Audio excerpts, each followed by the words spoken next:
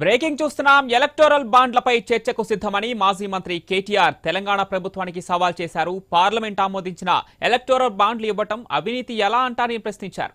2022లో Greenko electoral బాండ్లు ఇచ్చిందని, 2023లో formula ఈ రేస్ జరిగిందన్నారు కేటీఆర్. గ్రీన్కో సంస్థ కాంగ్రెస్ బీజేపీ పార్టీలకు కూడా ఎలక్టోరల్ బాండ్లు ఇచ్చిందన్నారు. దీనిపై చర్చకు తాను సిద్ధంగా ఉన్నారని కేటీఆర్ మీడియా చిట్ చాట్లో తెలిపారు. ఫార్ములా ఈ రేస్ కారణంగా గ్రీన్కో సంస్థనే నష్టపోయిందని చెప్పారు.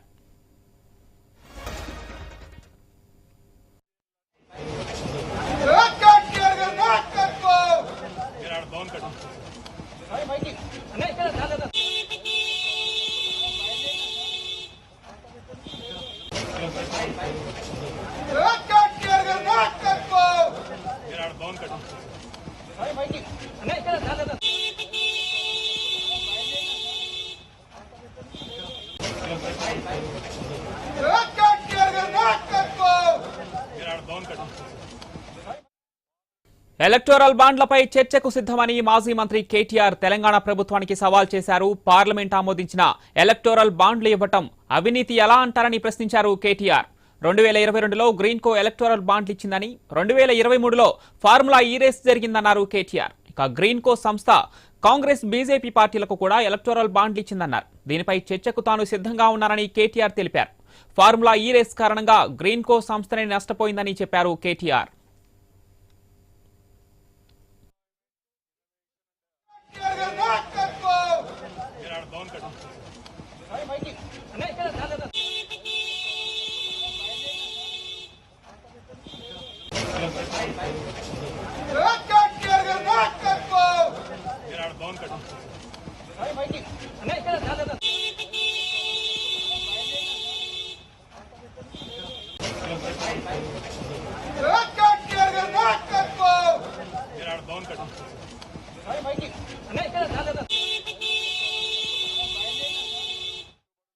బాండ్లపై చర్చకు సిద్ధమని మాజీ మంత్రి కేటీఆర్ తెలంగాణ ప్రభుత్వానికి సవాల్ చేశారు. పార్లమెంట్ ఆమోదించిన ఎలక్టోరల్ బాండ్లు ఇవ్వటం అవినీతి ఎలా అంటారని ప్రశ్నించారు కేటీఆర్. 2022లో గ్రీన్కో ఎలక్టోరల్ బాండ్లు ఇచ్చిందని, 2023లో ఫార్ములా ఈ రేస్ జరిగిందన్నారు కేటీఆర్. గ్రీన్కో సంస్థ కాంగ్రెస్ బీజేపీ పార్టీలకు కూడా ఎలక్టోరల్ బాండ్లు ఇచ్చిందన్నారు. దీనిపై చర్చకు తాను సిద్ధంగా ఉన్నారని కేటీఆర్ మీడియా చిట్ చాట్లో పేర్కొన్నారు. ఫార్ములా ఈ రేస్ కారణంగా గ్రీన్కో సంస్థనే నష్టపోయిందని చెప్పారు కేటీఆర్.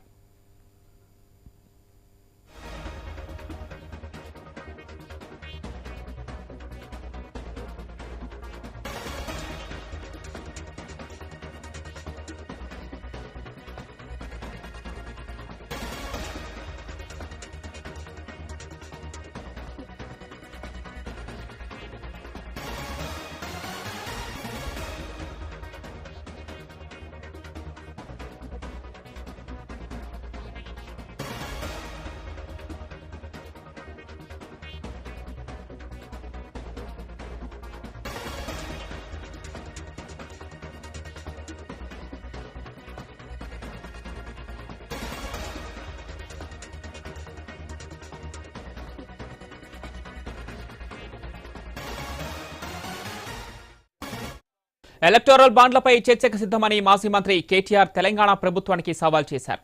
ఎలక్టోరల్ బాండ్లపై కేటీఆర్ కి చేసిన సవాల్కు సంబంధించి మరిన్ని డీటెయిల్స్ మా స్పెషల్ కరెస్పాండెంట్ సునీల్ లైవ్ ద్వారా అందిస్తారు. ఎస్ సునీల్, అటు పార్లమెంట్ ఆమోదించిన ఎలక్టోరల్ బాండ్లు ఇవ్వటం అవినీతి ఎలా అంటారని అటు కేటీఆర్ ప్రశ్నిస్తున్నారు. కాంగ్రెస్ బీజేపీలకు కూడా గ్రీన్కో సంస్థ ఎలక్టోరల్ బాండ్లు సమర్పించిందని చెప్తున్నారు. ఏంటి దీనికి సంబంధించి పూర్తి డీటెయిల్స్ ఏంటి సునీల్? ఎలక్టోరల్ బాండ్లపై కేటీఆర్ స్పందించారు. గ్రీన్కో కంపెనీ బీఆర్ఎస్ పార్టీకి ఇటు ఎలక్షన్ ఫండ్ రూపంలో ఎలక్టోరల్ బాండ్ తీసుకుంది అని చెప్పేసి వచ్చిన ఆరోపణలకు సంబంధించి కేసీఆర్ తీవ్ర స్థాయిలో ఫైర్ అవుతున్నటువంటి సిచ్యువేషన్ అయితే ఉంది. ఇక ఈ కార్ రేస్కు సంబంధించి 2023లో అగ్రిమెంట్ జరిగింది. అంతకంటే ముందే గ్రీన్కో కంపెనీ ఎలక్టోరల్ బాండ్స్ తీసుకుంది. అప్పటి నుంచి అవి రాజ్యాంగబద్ధంగా కల్పించినటువంటి హక్కుగా బీఆర్ఎస్ తీసుకుంది. ఇక బీఆర్ఎస్ బీజేపీ కూడా ఎలక్టోరల్ బాండ్స్ తీసుకున్నాయి. వాటికి సంబంధించి చర్చకు సిద్ధమా అని చెప్పేసి కూడా ఆయన సవాల్ విసురుతున్నారు. మరి దీనికి సంబంధించి కాంగ్రెస్ కావచ్చు, బీజేపీ నేతలు ఎట్లా స్పందిస్తారు అనేది చూడాలి. ఇక ఈరోజు జరిగినటువంటి వ్యవహారం మరోవైపు టర్న్ అయిందని చెప్పేసి చెప్పుకోవాలి. ఈరోజు కేటీఆర్ ఆయన ఏసీబీ విచారణకు పిలిచింది. ఏసీబీకి విచారణకు పిలిచిన సమయంలో ఆయనతో పాటు ఆయన అడ్వకేట్ ఏసీబీ కార్యాలయానికి వెళ్ళే ప్రయత్నం చేశారు. అయితే ఆయన అడ్వకేట్కు అనుమతి లేదు, కేటీఆర్ని మాత్రమే ఏసీబీ పిలిచింది కాబట్టి ఆయన ఒక్కరే రావాలి అని చెప్పేసి అక్కడ ఏసీబీ అధికారులకు చెప్పినప్పుడు ఆయన ఒక నోట్ని ఏసీబీ అధికారులకు ఇవ్వడం జరిగింది. ప్రధానంగా ఈ కేసుకు సంబంధించి హైకోర్టులో ఇప్పటికే వాదనలు పూర్తయ్యాయి, తీర్పు కూడా రిజర్వ్లో ఉంది.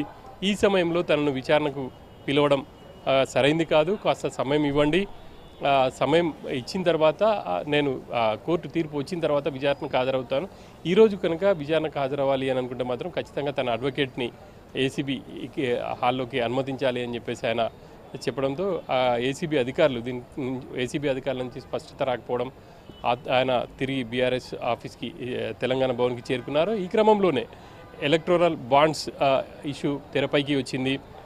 ఆయాచితంగా బీఆర్ఎస్ పార్టీకి గ్రీన్కో కంపెనీ లబ్ధి చేకూరే విధంగా ఎలక్టోరల్ బాండ్స్ కొనుగోలు చేసింది అని చెప్పేసి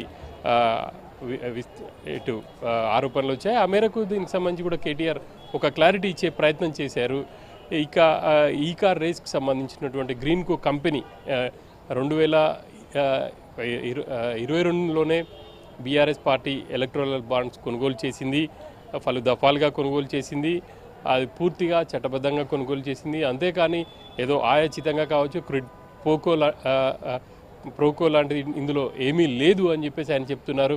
ఇంకా అదే కంపెనీ నుంచి కూడా ఇటు బీజేపీ కావచ్చు, అదేవిధంగా కాంగ్రెస్ పార్టీ కూడా ఎలక్టోరల్ బాండ్స్ కొనుగోలు వాళ్ళు ఇచ్చారు.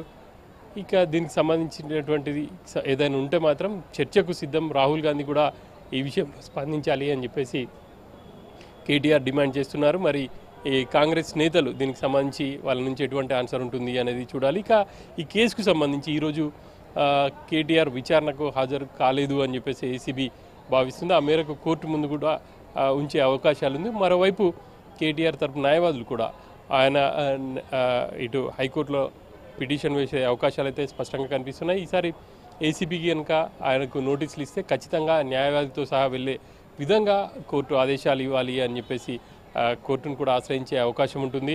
ఆ మేరకు ఏం జరగబోతుంది, ఇటు ఏసీబీ కూడా ఫర్దర్ యాక్షన్ ఎలా ఉండబోతుంది అనేది చూడాలి. మరోవైపు రేపు కేటీఆర్ ఈడీ ముందు హాజరు కావాల్సి ఉంది. రేపు ఈడీ ముందు కూడా హాజరై తన అంటే ఈడీ అడిగే ప్రశ్నలకు ఆయన ఆన్సర్ ఇచ్చే అవకాశం ఉంది.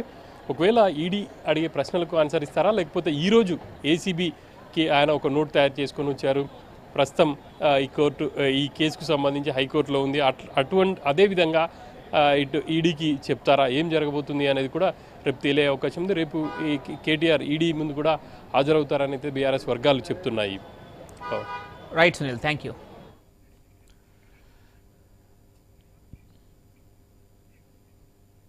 ఫార్ములా